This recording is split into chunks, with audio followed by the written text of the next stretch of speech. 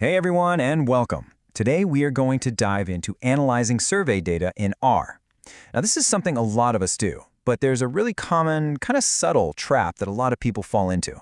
So we're going to uncover that mistake and, more importantly, learn the right way to do it so your results are solid. Let's get into it.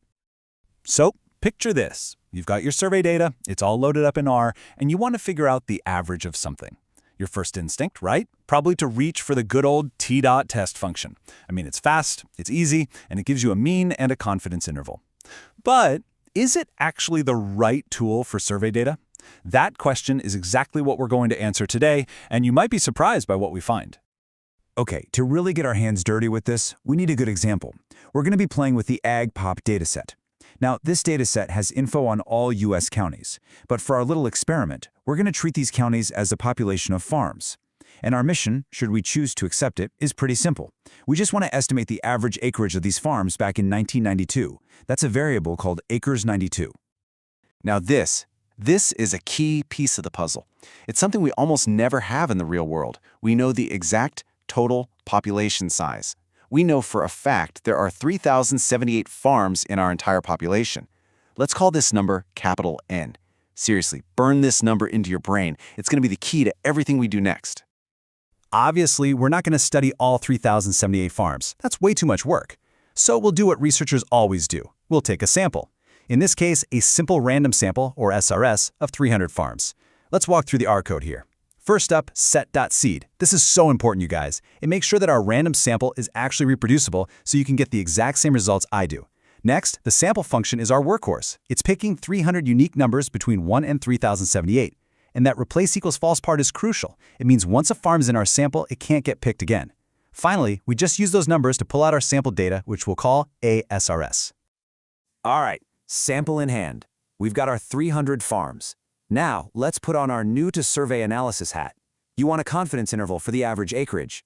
What's the fastest, most direct tool in R you'd probably reach for? Yep, the t-test. So let's see what happens when we just throw this standard statistical test at our sample data. And would you look at that code? It's beautiful, right? Just one simple line, t.test. We feed it the acres92 column from our sample. It's clean, it's simple, it runs without a single error. It just feels right. But, as we're about to find out, this beautiful simplicity is hiding a pretty big problem. And boom, here's our output. R tells us the sample mean is about 298,000 acres. And more importantly, it gives us this 95% confidence interval. It's telling us the true average is probably somewhere between, let's say, 259,000 and 337,000 acres. Looks like a complete answer, doesn't it? We have our estimate, we have our margin of error. Case closed. Time to pack it up and go home, right? Well, not so fast. This is the moment everything changes. The t-test gave us an answer, sure, but it was working under a huge assumption, that our data came from a basically infinite population. But do we have an infinite population? No. Remember that number I told you to burn into your brain? Our population has exactly 3,078 farms. Our sample of 300 is nearly 10% of the entire population. That's a huge chunk, and the standard t-test has absolutely no idea. It just completely ignores that fact. And that brings us to the star of our show today, the finite population correction, or FPC. Here's the core idea. When you're sampling from a finite population and you don't put things back, remember replace equals false, every single item you pick tells you a little more about what's left. Think about it. If you sampled 3,077 of the 3,078 farms, you'd know with 100% certainty what the last farm's acreage is, right? Your uncertainty would be 0.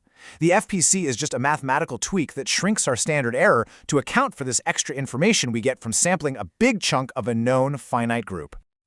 So, how do we actually use this FPC thing in R? Well, you can't just plug it into the t-test function. We need a special tool for the job, one that's actually designed for survey data. And that tool, my friends, is the survey package. It is the absolute gold standard in R for this stuff because it's built from the ground up to handle all the weird complexities of sampling, including our FPC. Using the survey package is actually a pretty straightforward three-step dance. First, you just load the library. Easy. Second, and this is the most important part, you have to tell the package how you got your data. You specify the survey design. And third, once you've done that, you just use the special functions from the package, like svymean instead of the regular mean, to do your analysis the right way. Now let's zoom in on the code for that second step, because this is where the magic happens. We're using the svydesign function. The ID argument just tells R that every row is its own independent sample. The weights argument points to our sampling weights. But here it is, the most important line in our whole script. FPC is equal to rep 3078 300.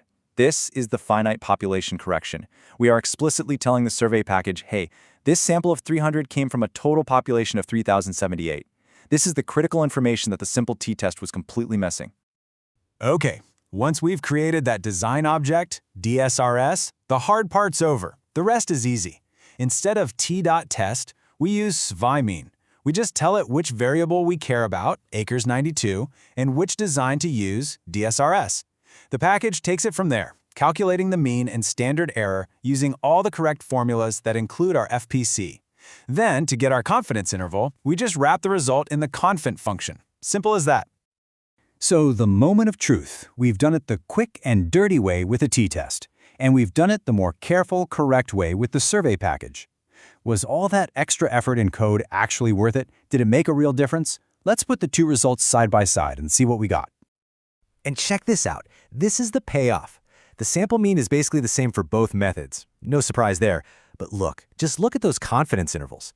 The naive t-test gives us an interval that's pretty wide. But the survey method, the one that used the FPC, gives us a noticeably narrower interval. It's a more precise estimate. So, why should you care? What's the big deal about a slightly narrower interval? Well, a narrower confidence interval means a more precise estimate. We've actually reduced our uncertainty about where the true population mean lies. And this happened for one reason. The FPC correctly adjusted our standard error downwards because it knew we had sampled a big chunk of the population. The t-test, by assuming the population was infinite, overestimated our uncertainty and gave us a wider, less precise interval. The survey method isn't just different, it's more accurate. It gives us a truer picture of what we actually know. And that really brings us to the single biggest takeaway, the one thing I really want you to remember from all this. When you are working with survey data, you absolutely must use methods that account for how that survey was designed. It's not optional, it's not just best practice. It is essential if you want your results to be valid. Using the wrong tool can and will lead you to the wrong conclusions. So today, we totally nailed how to handle a simple random sample from a finite population. But, real-world surveys get way more complicated. They use techniques like stratification or clustering to be more efficient. The great news is, the survey package can handle all of that too. So the question to leave you with is, how would those different designs change our analysis? And what other new arguments might we need to feed into that powerful survey design function? That's the next step on the journey. Thanks so much for watching.